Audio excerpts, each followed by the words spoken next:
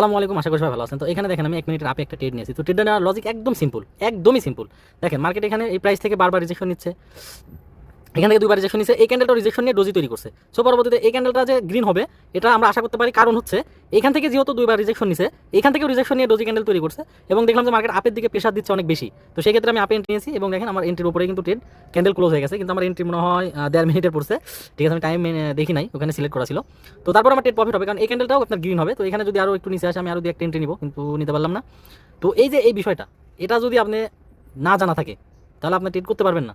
প্রথমত আপনাকে দেখতে হবে মার্কেট আপ ট্রেন্ড চলতেছে, আপ ট্রেন্ডে মার্কেট এখানে বারবার রিজেকশন নিচ্ছে এবং কি হিউজ পরিমাণে রিজেকশন, মানে আপের দিকে ব্যাপক প্রেশার। ঠিক আছে, আপের দিকে অনেক প্রেশার আছে।